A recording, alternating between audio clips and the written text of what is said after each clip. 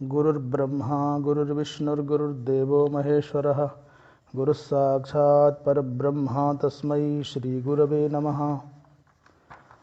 ॐ नारायण परो व्यक्ता दण्डमव्यक्तसम्भवम् अंडस्यान्तस्तिमे लोकाः सप्तद्वीपा च मेदिनी।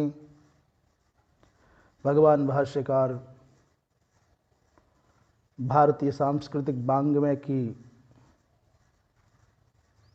अनूठी धरोहर समग्र उपनिषदों के सारभूत से निर्मित जनमानस की समग्र शंकाओं का समाधान करने वाली भगवद गीता के व्याख्यान में प्रवृत्त होने से पूर्व उपोद्घात में कहते हैं नारायणः परः, भगवान नारायण पर हैं, अर्थात पर के दो अर्थ हैं, श्रेष्ठ होना और दूसरा अर्थ है परे होना। तो कस्मात् परः प्रश्न होता है स्वाभाविक, बोले अव्यक्तात्। वो अव्यक्त अर्थात माया से, प्रकृति से परे हैं। और ये जो ब्रह्मांड है ये अव्यक्त संभवम अस्ति, ये अव्यक्त से, प्रकृति से उत्पन्न है। इस ब्रह्मांड के अंतर्गत आते हैं ये लोक, भूर्भुवः स्वहादिक और सप्तद्वीपवती पृथ्वी, अर्थात तीन केंद्र हो गए। ब्रह्म सत्ता सर्वश्रेष्ठ है, सबसे परे है, सबसे उत्कृष्ट है। उनकी छांव में है प्रकृति अव्यक्त, और उसकी छांव में सृजित होते हैं, संरक्षण में सृजित होते हैं सकल ब्रह्मांड, और ब्रह्मांडस्थ ये लोक और सप्तद्वीपवती पृथ्वी। भाष्यकार कहते हैं भगवान ने सृष्टा इदम जगत स भगवान, भगवान ने इस जगत को बना करके तस्य स्थितिम चिकीर्षुः, इस जगत की व्यवस्था को व्यवस्थित रूप देने के लिए, देने की इच्छा से दो प्रवृत्तियों के प्रतिनिधि के रूप में सबसे पहले प्रवृत्ति लक्षणात्मक धर्म का उपदेश करने के लिए मरीचि आदि महर्षियों को उत्पन्न किया, और दूसरी परंपरा में, दूसरी प्रवृत्ति में निवृत्ति लक्षणात्मक धर्म का, ज्ञान वैराग्य प्रधान निवृत्ति लक्षणात्मक धर्म का उपदेश करने के लिए सनक, सनंदन, सनातन, सनत कुमार आदि महापुरुषों को प्रकट किया। इस प्रकार धर्म, वेदोक्त धर्म दो प्रकार का हो गया। नंबर एक प्रवृत्ति लक्षणात्मक और दूसरा निवृत्ति लक्षणात्मक। अब स्पष्ट हो गई बात कि दो प्रकार के धर्म का प्रतिनिधित्व भी करने वाले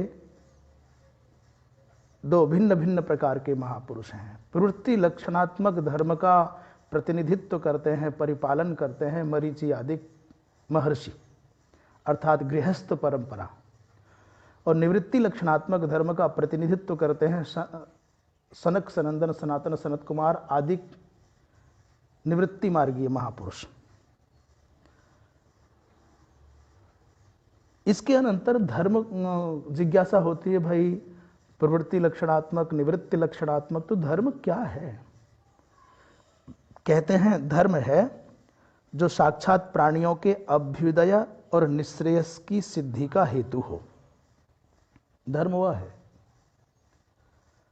जो अनुष्ठान करने वाले, धर्म का पालन करने वाले साधकों को, सदाचारी प्राणियों को जब तक संसार में रहें तब तक निरंतर अभ्युन्नति की ओर बढ़ाए, और जब जीवन की यात्रा संपन्न हो तो मोक्ष की उपलब्धि हो जाए। अभ्युदय माने अभ्युन्नति और निश्रेयस माने मोक्ष। और वो धर्म कैसा है? बोले जगत की स्थिति का कारण भी है। और विशेष बात कह रहे हैं कि जो श्रेय की अभिलाषा वाले ब्राह्मण, क्षत्रिय, वैश्य और शूद्र, ये चतुर्वर्ण में विभाजित जन हैं, उनके द्वारा, और ब्रह्मचर्य, गृहस्थ, वानप्रस्थ और संन्यास, इस प्रकार चार आश्रमों में विभाजित जो सुधी जन हैं उनके द्वारा अनुष्ठीयमान है। इस प्रकार धर्म को स्पष्ट करते हुए एक वाक्य में कहें तो जगत की स्थिति का मूल कारण सदाचारियों के द्वारा जो अनुष्ठित है वह धर्म प्राणी मात्र के अभ्युदय और निश्रेयस का हेतु है। कहते हैं दीर्घ काल से निरंतर अनुष्ठान में निरत बड़े बड़े साधकों के चित्त में भी कदाचित कुसंग वसात पूर्व जन्म के संस्कार के कारण काम का उद्भव हो जाता है, कोई कामना उदित हो जाती है, कोई संकल्प उदित हो जाता है और परिणाम स्वरूप हीयमान विवेक विज्ञान हेतुक अधर्म की ओर मन जाने लग जाता है और जब अधर्म बढ़ता है तो धर्म क्षीण होने लग जाता है। अभिभूयमाने धर्मे और प्रवर्धमाने च अधर्मे, अधर्म के द्वारा धर्म अभिभूयमान हो जाता है, प्रभावित हो जाता है, वो निर्बल होने लग जाता है और अधर्म शक्तिशाली होने लग जाता है। यहाँ एक विषय विचारणीय है कि अनुष्ठात्रीणां कामोद्भवात्, बड़े बड़े साधकों के चित्त में भी कामना का उदय कैसे होता है। तो दो उदाहरण, महर्षि सौभरी यमुना जल में रह करके साधना करते हैं परंतु मत्स्य युगल को रमण करते देख करके मात्र दृष्टि का संबंध है, उनके मन में सांसारिक विषय के प्रति राग उत्पन्न हो जाता है। साधक के चित्त में कामोद्भव हुआ और परिणाम आप कथा के विषय में सब जानते हैं, अपने पथ से विलग हुए। दूसरा उदाहरण है गृहस्थ में है अजामिल, धार्मिक है, वैदिक है, कर्मकांडी है, अग्निहोत्री है, माता पिता का भक्त है, परंतु वन से समिधा लेकर के आते समय किसी रमण रत युगल को देखा, एकमात्र एक पल की दृष्टि, उसका परिणाम यह हुआ कि अजामिल को संग में पड़ करके विनष्ट हो गया। ये तो एक एक पल की घटना है और जो धन देकर के 3-3 घंटे तक यही सब चित्र देखने के लिए जाते हैं, उनका क्या भला होगा। इस जगत की स्थिति का परिपालन करने की अभिलाषा वाले भगवान आदिकर्ता नारायण ही, श्रीमन नारायण विष्णु ही इस भूमि के देवता रूप ब्राह्मणों के ब्राह्मणत्व की रक्षा के लिए वसुदेव के अंश से मां देवकी के माध्यम से कृष्ण के रूप में प्रकट हुए, ऐसी प्रसिद्धि है। कहते हैं ब्राह्मणत्व की रक्षा करने से वैदिक धर्म रक्षित हो जाता है और वैदिक धर्म की रक्षा होने से वर्णाश्रम की रक्षा हो जाती है और वर्णाश्रम धर्म की रक्षा होने से ही सकल प्रपंच की, ब्रह्मांड की, सब जीवों की रक्षा हो जाती है, सबका कल्याण हो जाता है। बहुत विचारणीय विषय है, बहुत मार्मिक है। ब्राह्मणत्व से ही रक्षणेन रक्षित स्याद वैदिको धर्म तदधीनत्वात् वर्णाश्रम भेदानाम। ब्राह्मण की संख्या घटती बढ़ती होगी तो बहुत चिंता की बात नहीं है, परंतु ब्राह्मणत्व यदि घटा तो बड़ा अनर्थ होगा।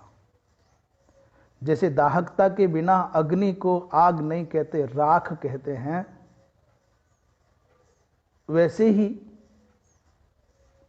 ब्राह्मणत्व के बिना, ब्राह्मण नाम मात्र के ब्राह्मण को आप बुझी हुई आग वाले राख के जैसा समझो, भस्म के जैसा समझो, विषदंत विहीन सर्प के जैसा वो ब्राह्मण है।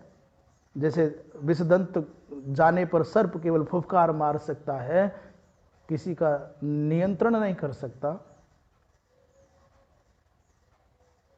नख विहीन पंचानन के जैसा है, वृद्ध पंचानन के जैसा है, जो शिकार नहीं कर सकता। निग्रह अनुग्रह की शक्ति से रहित ब्राह्मण, तपस्या से रहित ब्राह्मण, त्याग से, वैराग्य से, ज्ञान से रहित ब्राह्मण, सदाचार से रहित ब्राह्मण कैसा है? बोले बुझी हुई आग के जैसा है। इसलिए ब्राह्मणत्व के बिना ना आत्मकल्याण होगा ना लोक का कल्याण होगा, इसलिए ब्राह्मणत्व की रक्षा आवश्यक है।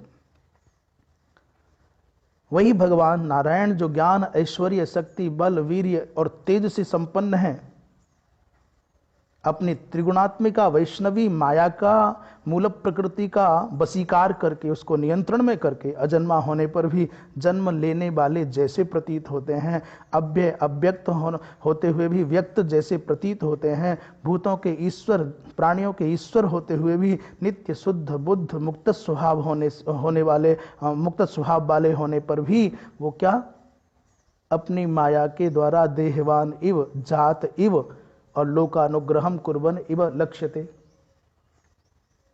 अज होने पर भी जन्म लेने वाले जैसे लगते हैं।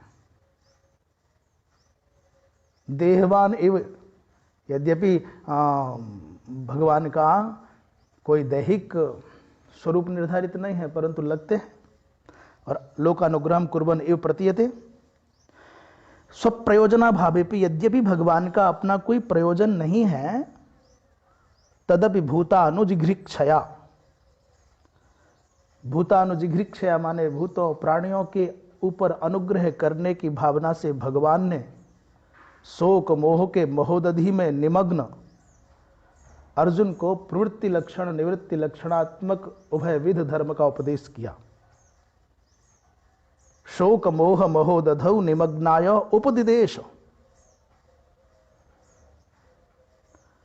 मूल बात है अर्जुन आज नहीं है, वो कभी एक काल की घटना है। महाभारत का युद्ध सम्मुख है और युद्ध में विभाजित हैं दो सेनाएं, स्वपक्ष और परपक्ष। स्वपक्ष में स्वजन हैं, पर परपक्ष में भी, विरोधियों के पक्ष में भी स्वजन है। ये बड़ा कठिन है। युद्ध से अर्जुन नहीं घबरा सकते, रक्तपात से, हिंसा से अर्जुन को कोई भय नहीं है, क्योंकि हजारों युद्ध उन्होंने लड़े हैं, लाखों लोगों के रक्त से उन्होंने धरती को सींचा है। इसलिए ये चिंता की बात तो नहीं है, शंका की बात तो नहीं है। शंका की बात यह है, चिंता की बात यह है कि आज जिनको मुझे मारना है, जिनके साथ युद्ध करना है, वो मेरे हैं।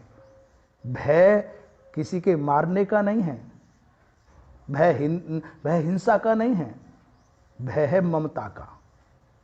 ये जो ममत्व भाव है, इससे चित्त कंपित हो गया है। अरे ये मामा है, भाई है, बंधु है, पुत्र है, साले हैं, स्वजन संबंधी हैं, इनको मार करके। शोक मोह महोदधि में निमग्न अर्जुन को निमित्त बना करके भगवान ने आप और हम जैसे असंख्य असंख्य सांसारिक संघर्षों के महाभारत में फंसे हुए लोगों को मार्गदर्शन देने के लिए इस गीता का उपदेश किया। अधर्म के पथ पर तुम्हारा अपना भी कोई हो तो अब इसको दंड देना न्याय है।